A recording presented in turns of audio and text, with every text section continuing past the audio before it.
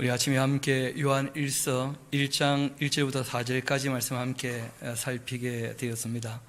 그리고 우리 5절부터 함께 이 내용들을 정리해 나가게 될 텐데, 하나님이 어떤 분인가, 특별히 이제 하나님을 빛으로 이렇게 소개하고 있는데, 그 빛에 대해서는 우리가 한 가지는 기억을 하셔야 될 것입니다. 여러분, 원래 빛도 어둠도 다 누가 지으신 겁니까? 하나님께서.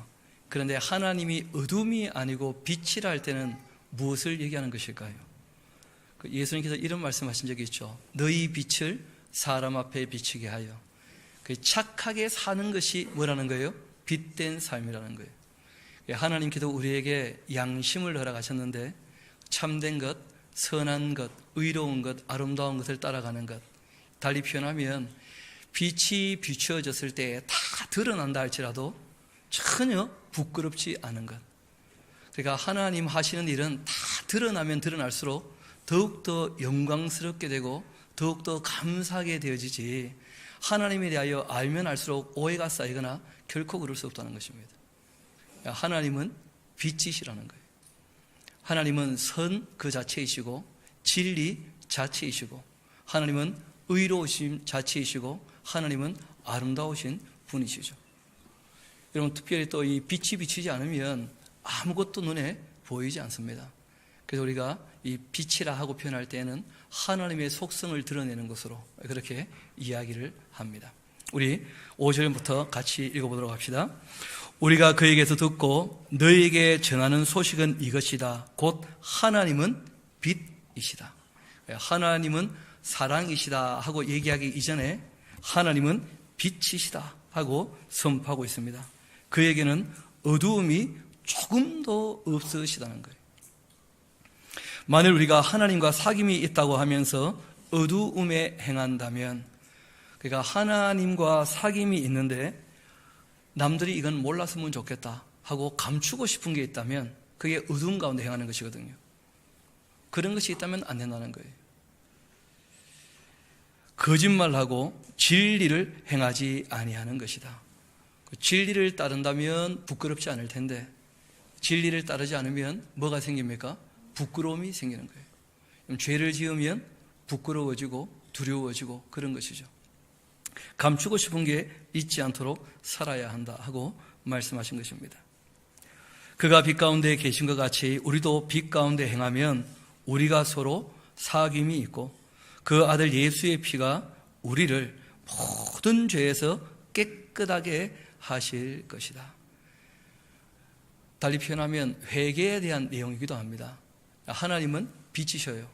그래서 사람들이 이 빛을 등지고 있는 것이죠. 양심을 따르지 않고 욕심을 따라 사는 거예요. 그런데 하나님께서 우리를 부르셨습니다. 그러면 우리가 다시 하나님께로 어떻게 하는 겁니까? 방향 전환을 하는 거예요. 회개하는 사람들에게 우리 예수님께서 어떤 일을 일으키십니까? 그렇죠. 죄를 사하여 주시는 거예요. 회개하고 죄의 사함을 받는 사람들에게 성령께서 임하시는 것입니다. 그런 사람들만이 하나님과 하나가 될 수 있고 사귈 수가 있는 것이죠. 그러니까 그 안에 사랑이 아닌 미움이 있다든지, 참미 아닌 거짓이 있다든지, 선이 아닌 악이 있다고 한다면, 의가 아닌 불의가 있다고 한다면, 이거는 하나님과의 관계도 깨질 뿐 아니라 인간관계도 어떻게 됩니까? 깨지고 마는 거예요. 사람과의 관계가 참 어색하거나 문제가 있을 때에는 항상 그런 것이죠. 무엇인가가 그 사이를 갈라놓는데, 그 무엇은 무엇이냐 하면 바로 무엇입니다. 그 죄예요, 죄. 불의한 것, 거짓된 것, 악한 것, 더러운 것, 그런 것이 이 사이를 갈라놓는 것이죠. 그리고 사랑하지 않고 미워하면 그 사이가 어떻게 됩니까? 갈라지고 마는 것입니다. 우리가 서로 사귐이 있고 그 아들 예수의 피가 우리를 모든 죄에서 깨끗하게 하실 것이고, 만일 우리가 죄가 없다고 말한다면 스스로 속이고 또 진리가 우리 속에 있지 아니하는 것이다. 여러분, 이런 것은 그 당시 영지주의자들의 주장 때문에 이런 말씀이 특별히 나오기도 한 것이었는데, 영지주의자들은 육체는 아무것도 아니라고 봤기 때문에 죄라고 하는 개념 자체가 없다고 본 거예요. 원죄 같은 거 없다. 인간이 죄를 짓는 것은 죄라고 할 수가 없다. 하고 싶은 것 하도록 내버려둬야지. 사람이 하고 싶다는데 그거 왜 말리냐 자꾸. 그 죄 짓는 게 아니다. 뭐든지 하고 싶은 것 해도 괜찮다. 남한테 피해만 끼치지 않는다면, 그런 정도로 얘기를 자꾸 했거든요. 그래서 쾌락주의로 흘러갔었거든요. 성경은 그게 아니라는 것이죠. 죄 아래에서 태어났고 하나님이 원하시는 것을 하지 않는다면 그것이 무엇입니까? 그게 죄예요. 하나님이 하라고 하신 것을 하지 않거나 하지 말라고 한 것을 하면 다 죄가 되고 맙니다. 그러니까 근원이 하나님께 있는 것이지 사람이 주인이 아니거든요. 그러니까 사람이 주인 되면 죄라는 것은 없죠. 자기가 하고 싶은 대로 하면 되니까. 그런데 하나님께서 주인이시라면, 그러면 하나님 뜻을 따르지 않으면 다 죄가 되고 마는 것입니다. 그 사람들은 다 죄인이라는 거예요. 그 사람이 죄가 없다고 얘기한다면 그 자체가 다 거짓이 되고 만다는 것입니다. 만일 우리가 죄가 없다고 말하면 스스로 속이는 것이고 또 진리가 우리 속에 있지 아니할 것이요, 만일 우리가 우리 죄를 자백하면 그는 미쁘시고 의로우사 우리 죄를 사하시며 우리를 모든 불의에서 깨끗하게 하실 것이요, 만일 우리가 범죄하지 아니하였다면 하나님을 거짓말하는 이로 만드는 것이니 또한 그 말씀이 우리 속에 있지 아니하니라. 여러분, 죄를 안 지어야 되는데 또 사람이 죄를 짓습니까? 안 짓습니까? 죄 지으면 안 되잖아요. 죄 지어도 되는 겁니까? 그 죄 문제가 정리가 깨끗하게 안 되니까 늘 좀 헷갈리기도 하고 어렵기도 하고 그런 부분이 있습니다.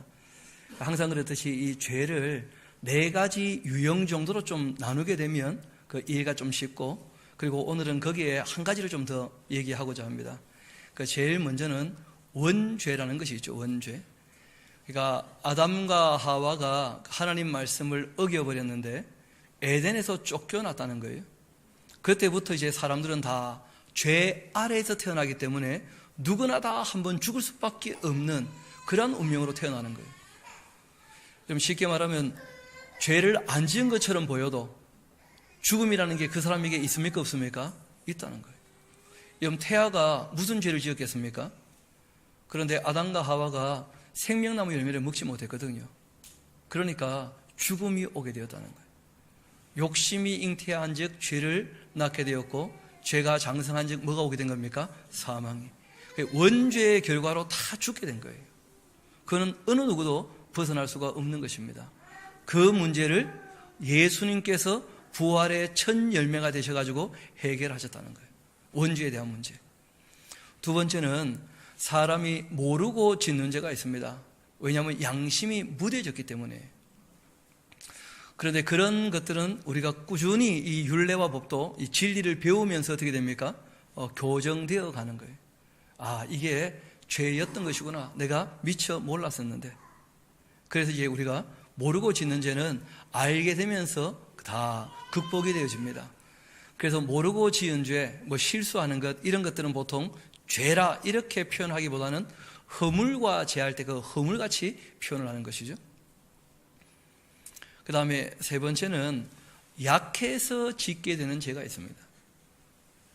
그러니까 우리가 하나님에게서 너무 떨어져 있었기 때문에 그 죄가 그 사이를 갈라놓지 않습니까? 태어나니까 이미 거리가 먼 거예요. 돌이켰다 할지라도 서 있는 자리는 어디입니까? 방향은 교정했는데 서 있는 자리는 여태까지 이렇게 살아왔던 거예요. 그래서 이것은 이제 약해서 짓는 죄이기 때문에 이걸 고쳐가는 과정을 우리가 성화라 그래요. 하나님을 닮아간다. 하나님을 닮아간다는 말은 달리 표현하면 죄를 어떻게 하는 겁니까? 벗겨내는 것이고 이겨내는 것이고 고쳐가는 거예요. 약해서 짓게 되는 죄가 있다는 거예요. 그 부분에 대해서는 하나님께서 얼마든지 도와주십니다. 그래서 성령 하나님 별명이 보혜사, 곁에 계셔서 도우시는 분이에요. 파라클레이토스. 그리고 또 하나의 죄가 있는데 이 죄는 용서받지 못합니다. 그게 이제 고범죄라고 해요. 고범죄. 그러니까 이 약해서 짓는 죄와 고의로 짓는 죄는 차별이 있습니다. 어떤 차이가 있느냐 하면 약해서 짓는 죄는 그 회개하게 되어져요. 그리고 하나님께 죄송한 마음이 있어서 고치려고 애를 쓰게 되죠. 반면에 고의로 짓는 죄는요, 뻔뻔하기 때문에 결코 회개에 이르지 않습니다. 회개에 이르지 않기 때문에 뭐도 안 되는 거예요? 용서도 안 되는 거예요. 그럼 쉽게 말하면 사울이라는 인물이 하나님의 말씀을 벗어기지 않습니까? 그때 사무엘이 와서 지적을 하죠. 그때 사울은 뭐라고 얘기합니까? 자기는 하나님 말씀대로 했다고 생각한다는 거예요. 회개에 이르지 않았다는 거예요. 용서가 되지 않은 거예요. 여러분, 우리도 여기에 걸려 있는지도 모릅니다. 왜냐하면 하나님 말씀을 대충 듣고는 바르게 알아들은 것처럼, 그리고 대충 하고서는 잘하고 있는 것처럼 그렇게 오해를 하게 되어지면 삶이 결코 변하지 않습니다. 그러니까 배워서 확실한 일에 거해야 될 것이고, 그 확실한 말씀 앞에 자기를 놓고 고쳐가야 돼요. 그래야지만 신앙에 성장이 있고 삶의 변화가 있습니다. 그렇지 않으면 남들 보기에는 그럴듯하다 할지라도 하나님 앞에서는 아무것도 아닐 수 있다는 거예요. 여러분, 반면에 다윗이라는 인물은 범죄했지 않습니까? 그런데 나단이 와서 얘기할 때 회개합니까? 안 합니까? 회개를 해요. 그리고 우리가 또 한 가지 생각할 것이 있습니다. 여러분, 우리 한번 마태복음 12장 같이 좀 가봅시다.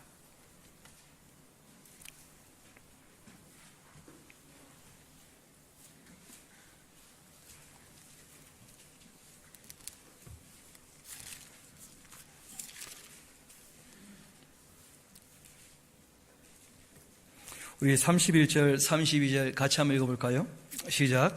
그러므로 내가 너희에게 이르노니 사람에 대한 모든 죄와 모독은 사하심을 얻되 성령을 모독하는 것은 사하심을 얻지 못하겠고, 또 누구든지 말로 인자를 거역하면 사하심을 얻되 누구든지 말로 성령을 거역하면 이 세상과 오는 세상에서도 사하심을 얻지 못하리라. 아멘. 여러분, 이 말씀의 내용은 이런 것입니다. 여러분, 사람에 대한 모든 죄, 이렇게 되어 있죠. 용서가 될 수 있다는 거예요. 이유가 있습니다. 사람은 자기뿐 아니라 남도 온전합니까? 온전하지 않습니까? 그러니까 그 사람 안 만났으면 착할 수 있었는데, 맞아요? 그거 만나는 바람에 내가 이상하게 될 수 있다는 거예요. 그 사람과의 관계에 있어서 이 죄라고 하는 것은 반응에 대한 부분들이 많기 때문에 관계에 대한 이야기 아닙니까? 그래서 나 혼자 잘하려고 해서 잘 되지 않는 수 얼마든지 있다는 거예요. 인간 세상에서. 그래서 이런 부분에 관해서는 하나님 앞에서 고침을 받을 수도 있을 뿐 아니라 용서도 된다는 거예요. 그런데 반면 하나님은 잘못하는 게 있습니까? 없습니까? 없죠. 하나님 앞에서 잘못했는데 회개하지 않는다. 용서할 수 없다는 거예요. 그 다음에 이런 말씀하셨죠. 인자, 예수님에 대하여 말로 지금 거역하고 있다면 용서가 됩니까? 안 됩니까? 용서가 된다고 되어 있죠. 이 말은 무슨 말이냐면, 아직까지 이 말을 듣고 있는 사람들 입장에서는 성령 강림하시기 전이니까 예수님이 누군지를 알아요? 몰라요? 모르고 있죠. 모르고 있기 때문에 예수님의 그 정체에 대해서, 그래서 지금 예수님에 대하여 부인하거나 부정하거나 하는 사람들 그 용서 가능할 수 있다는 거예요. 반면에 성령 오시면 예수님에 대하여 확실히 알게 됩니까? 모르게 됩니까? 확실히 알게 되어지죠. 그 내용적으로 예수님이 어떤 존재인지를 확실히 알게 되었음에도 불구하고 그분을 영접하지 않는다면 그러면 사할 수 있다는 거예요? 없다는 거예요? 없다는 거예요. 그래서 사하지 못하는 죄가 있습니다. 아주 단순하게 얘기하면 하나님을 벗어겨서는, 하나님께 등 돌려서는 용서받지 못한다는 거예요. 하나님 앞에서 사람들끼리는 티격태격 할 수 있어요. 맞습니까? 그런 것들은 잘못이 다 서로 간에 있기 때문에 용서된다는 거예요. 여러분, 그 야곱이라는 사람 기억나시죠? 라반의 집에서 20년 일하고 도망쳐 나오는데 하나님께서 라반에게 뭐라고 얘기합니까? 일단 야곱하고 선악간에 얘기하지 마라. 너희들끼리 다투다가 문제가 생기니까 일단 내가 뭐 할 일이 좀 있다 하고 이제 하나님께서 오히려 큰 마음으로 그 모든 허물을 덮어주시고 그 죄를 하나님께서 간과하시고 어떤 계획을 지금 실행해 나가시는 거예요. 그러니까 라반에게 야곱하고 만나서 누가 선하다 악하다 이런 얘기하면 둘 다 잘못이 있어요. 둘 다 문제가 되고. 그래서 인간 간의 문제를 알지라도 우리가 서로 간의 용서를 구하고 난 다음에 하나님 앞에 무릎을 꿇어야 되는 줄로 믿습니다. 하나님께로 돌이켜야 인간관계도 바르게 고침받을 수 있게 되어져요. 여러분, 우리가 이단들이 진리를 떠나 거짓을 얘기하는데 용납하거나 용서할 수 있습니까? 없습니까? 그거 안 되지 않습니까? 왜냐하면 사람의 문제이기 때문에. 나 혼자 잘한다고 이 세상에서 안 되는 일들이 얼마든지 있을 수 있습니다. 그래서 다시 말씀 앞에 와서 자신을 말씀 앞에 세워놔야 돼요. 내가 바르게 하고 있는지. 그 죄의 문제에 대해서 5가지 정리가 좀 되셨죠?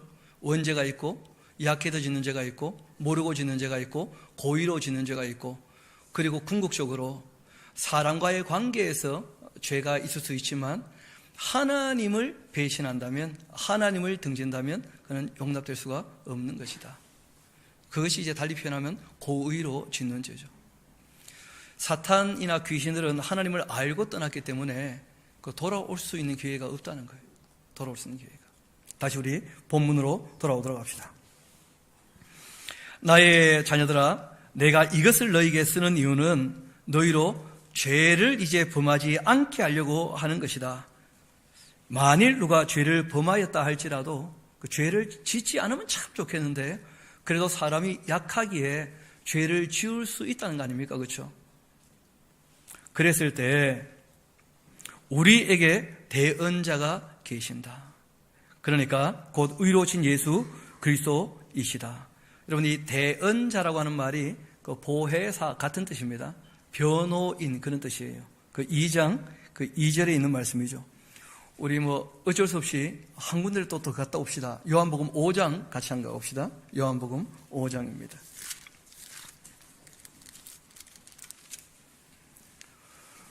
우리 요한복음 5장 22절을 같이 한번 읽어보도록 할까요?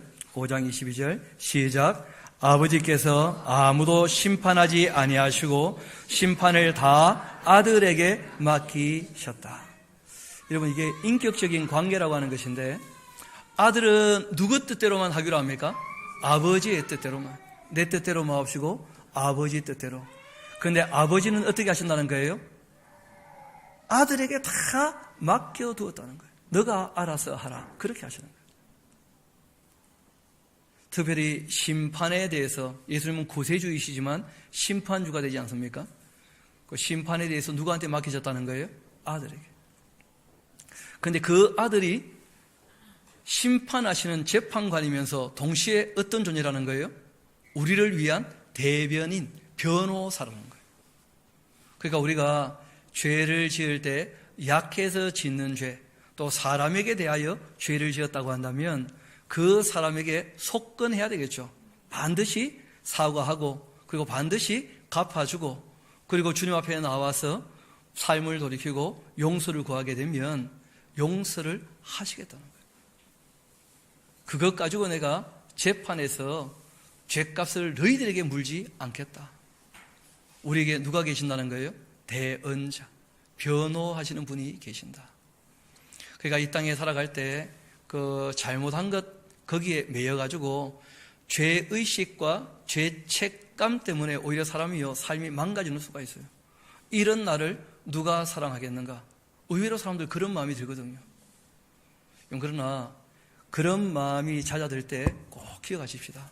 우리 주님께서 해결을 하셨다. 내가 다시 일어나야 되겠다.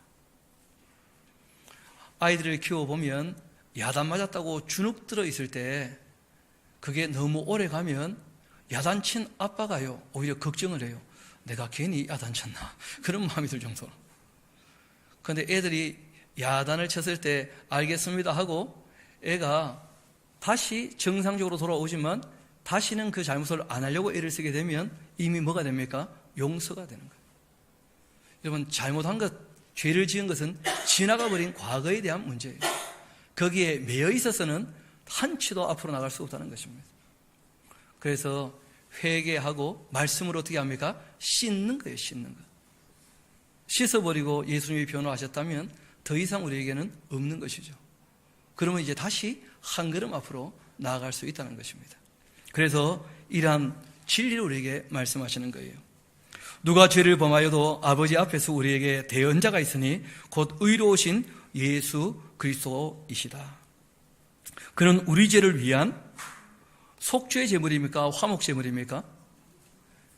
여러분, 죄를 속죄하셔야 될 거 아닙니까? 그런데 속죄의 본질은 어디 있습니까?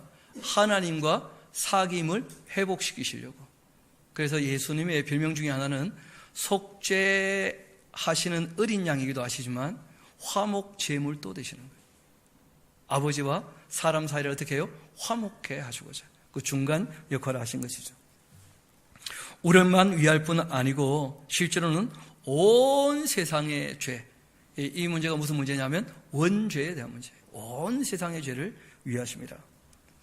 우리가 그 계명을 지킨다면 그러면 이로써 우리가 그를 아는 줄로 알게 되는 것이다.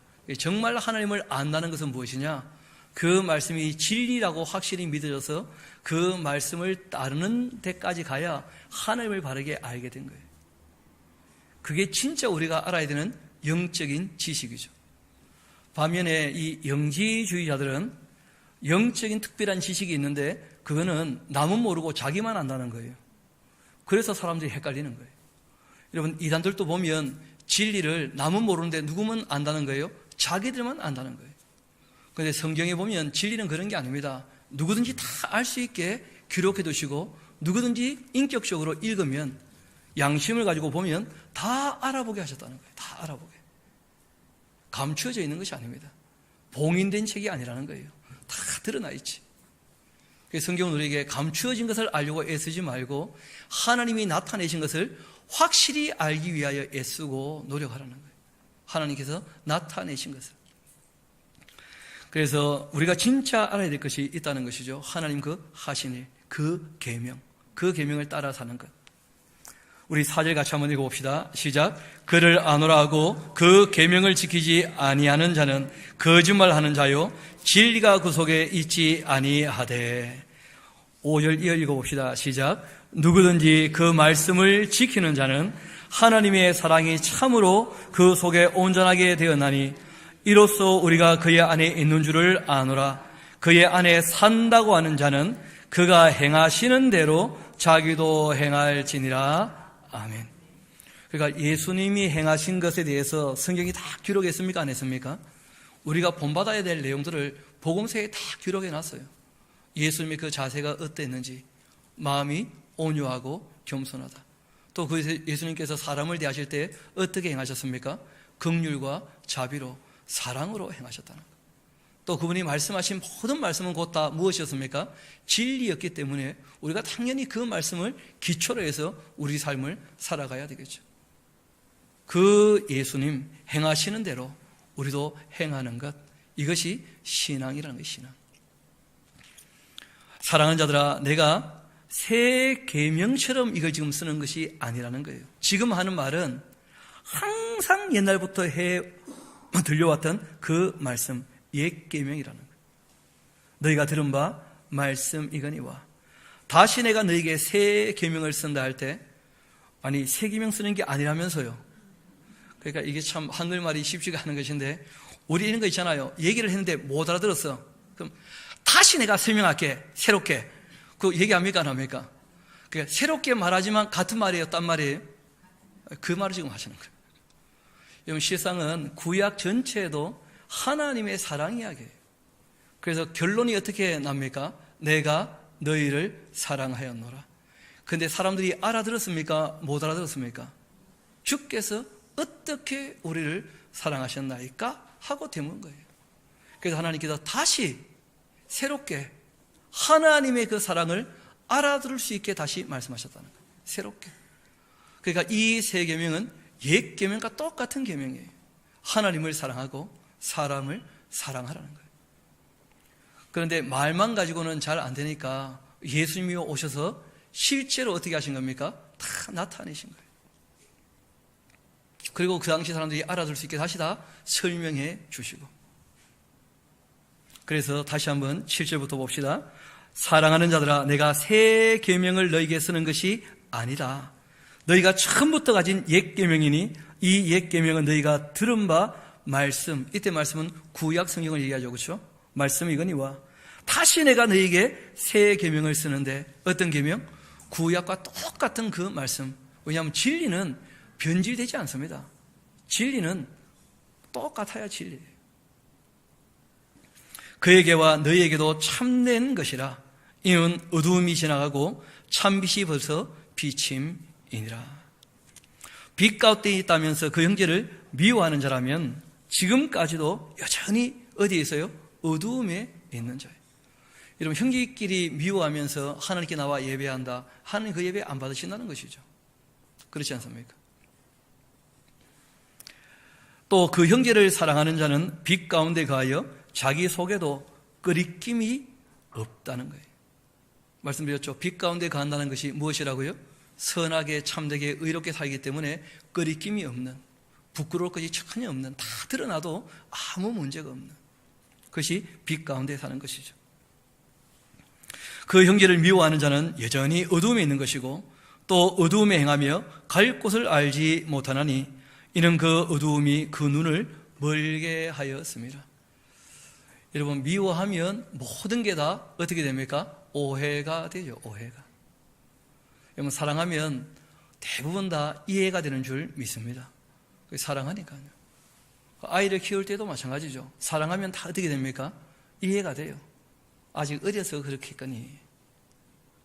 그런데 미워하면 모든 게 마음에 안 들어요. 너 대체 왜 그렇게 사냐? 하나도 마음에 드는 게 없는 거죠. 다 오해가 되고 마는 거예요. 오해가. 들어보려고도 하지 않고. 그 마음에 사랑을 가지고 사람을 대하는가, 미움을 가지고 사람을 대하는가, 꼭 우리가 자기를 살펴야 될 것입니다. 뭐 이게 말이 맞는지는 모르겠습니다만은 여러분, 사랑을 가지고 사람을 대할 때에는 좀 여유가 있어요. 왜냐하면 더 확실히 알아볼 때까지 어떻게 합니까? 이해하고 싶으니까 기다려줄 줄 알아요. 그런데 미워하게 되어지면 모든 게 급해요. 제가 부부들을 좀 관찰해 보면 그런 게 조금 보여요. 하여튼 상대방에게 모든 게 못마땅하면 너무 급해. 뭐가 끝나기 전에 말부터 나와요. 여보, 그러면 안 돼, 그러면 안 돼요. 그렇게 되더라고 보니까. 그런데 뭐 이해되고 사랑하게 되어지면 일단 가만 놔둬요, 그렇죠? 문제가 일어나면 내가 해결해 주면 되니까. 내가. 큰 문제가 아니거든요. 사람 사는 세상에 다 부족할 텐데 정말 너그러운 마음, 그 사랑을 가지고 상대를 이해하는가, 그렇지 않은가, 그건 좀 두고 봐야 돼요. 성경은 우리에게 말씀하십니다. 다시 한번 12절로 봅시다. 그 형제를 미워하는 자는 어두움에 있고 또 어두움에 행하며 갈 곳을 알지 못하나니 이는 그 어두움이 그 눈을 어떻게 한 겁니까? 멀게 해버린 거예요. 눈이 멀어지면 상대의 사랑도 보이지 않습니다. 하나님도 안 보이는 것이고. 자녀들아, 내가 너희에게 이렇게 쓰는 이유가 있다. 너희의 그 죄가 예수 그리스도의 그 이름으로 말미암아 사함을 받을 겁니까? 받았습니까? 예수님께서 이미 그 일을 하신 거예요. 십자가를 지시고 죄 문제를 해결하신 거죠. 죄값을 치르셨으니까. 또 아비들아, 내가 너희에게 쓰는 것은 너희가 태초부터 계신 이를 알았으며. 왜 알게 되었죠? 예수님이 오셔서 나를 본 자는 아버지를 보았다. 다 알게 된 거죠. 그 아버지 하나님의 그 사랑을. 또 청년들아, 내가 너희에게 쓰는 것은 너희가 악한 자를 이기었기 때문이다. 악한 자를 이겼단 말은 악한 자에게 끌려가지 아니하고 진리로 뭘 얻은 거예요? 자유를. 이 죄와 사망에서 참된 자유를 얻어서 하나님께로 돌이켰기 때문에 그걸 얻게 된 것이죠. 실제로 뭐 아이들아, 아비들아, 청년들하고 얘기했지만 모든 사람에게 하시는 말씀이에요. 다. 또 한 번 더 반복해서 말씀하십니다. 아이들아, 내가 너희에게 쓴 것은 너희가 아버지를 알았으며, 아비들아, 내가 너희에게 쓴 것은 너희가 태초부터 계신 이를 알았으며, 청년들아, 내가 너희에게 쓴 것은 너희가 강하고 그 하나님의 말씀이 너희 안에 거하시며 너희가 흉악한 자를 이기었음이라. 이겼다는 거예요. 왜냐하면 지금 이 말씀을 듣는 사람들은 누굽니까? 그 신앙인들이거든요. 다 교회 안에 들어와 있는 사람들, 세례받고 주님과 연합된 사람들.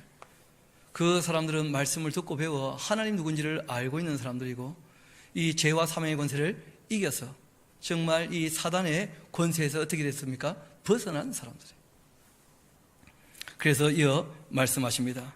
그렇기 때문에 이제는 이 세상이나 세상에 있는 것들을 사랑하지 말아야 한다. 여러분, 사람은 결국 사랑하는 쪽으로 기울게 되어져 있고 좋아하는 쪽으로 기울기 마련이거든요.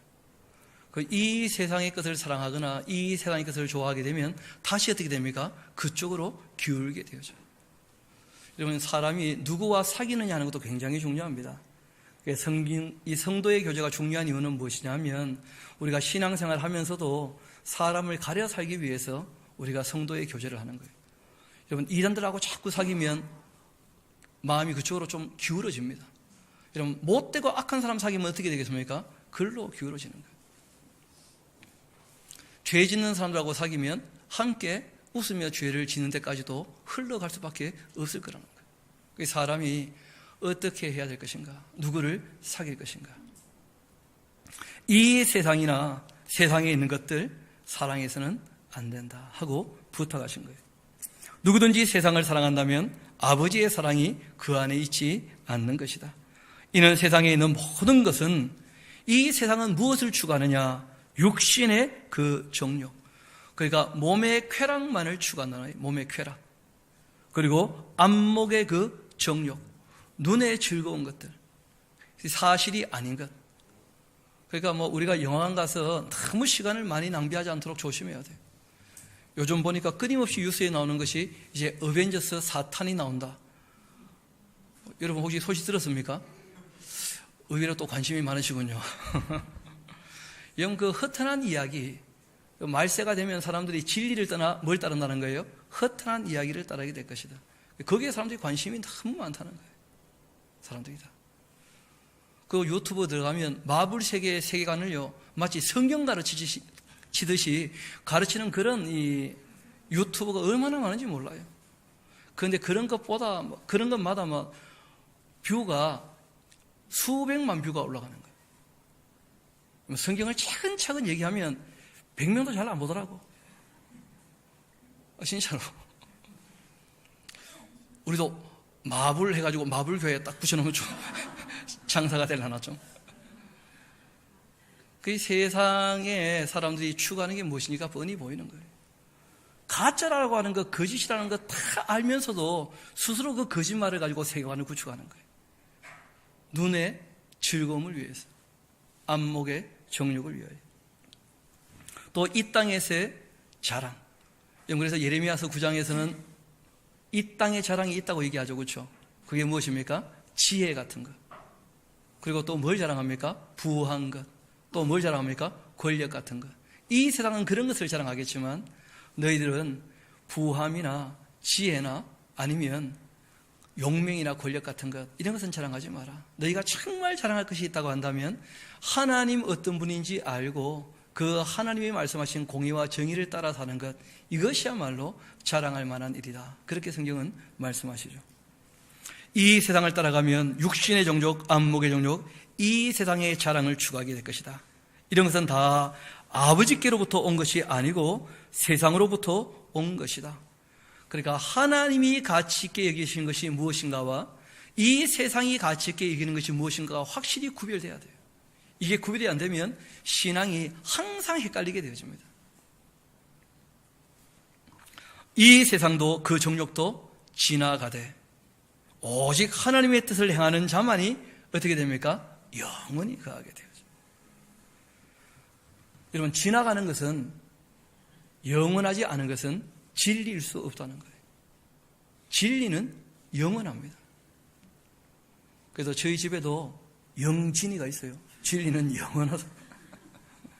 제가 애 이름을 일부러 그렇게 지었거든. 얼마 전에 그 애를 좀 만났어요. 자기가 놀이동산에서 아르바이트 하는데 한번 와서 만나자 해가지고 올라가서 만났어요. 놀이동산에서 같이 좀 시간을 보내는데 즐거운지 물어보더라고요. 그래서 내가 놀이동산 와서 네 구경하는 게 진짜 즐겁다. 내가 하루 종일 이렇게 너를 구경한다는 게 어떤 동물 보는 것보다 너 보는 게 정말 즐겁다는 거야. 어떤 놀이기구보다 너가 내 옆에 차에 앉아 있으니까 너무 즐겁다. 아버지 마음은 그런 거죠. 뭐. 아니 나이가 50대 가지고 뭐 타고 즐겁겠습니까? 뭘 보고 행복하겠어요? 여러분, 진리는 영원합니다. 영원하지 않은 것, 잠시 우리에게 기쁨을 주거나 만족을 주거나 사라져버릴 것, 이걸 추구하지 말라고 성경은 우리에게 말씀하십니다. 오늘 주님께서 부활하신 것을 특별히 기억하고 기념하는 이날, 주님께서 우리에게 부활의 소망을 보이신 것은 영생이 있다는 것을 확증해 주신 일인 줄 믿습니다. 우리에게 주신 이 영생을 소중히 여기고 우리가 정말 주님과 함께 또 하나님께서 우리에게 맡기신 사람들과 함께 우리가 사랑을 나눔으로 진리를 따름으로 참된 복과 하나님이 주시는 즐거움을 누리는 저와 여러분 되기를 소망합니다.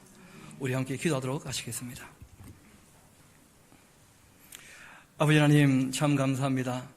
우리 힘으로 어찌할 수 없는 것들을 하나님께서 다 아시고 사람이 죄를 지었을 때 하나님 쪽에서 먼저 계획을 보이시며 여자의 후손이 이 땅에 와서 자기가 희생함으로 뱀에게 발꿈치가 물리겠지만 그러나 그 여자의 후손이 뱀의 머리를 깨부숨으로 악의 모든 권세를 무너뜨리고 죄의 권세를 무너뜨리고 사망의 권세를 무너뜨릴 것을 미리 계획하시고 여기까지 그 역사를 이어오신 하나님의 성실하심과 그 은혜와 자비에 다시 한번 감사를 드립니다.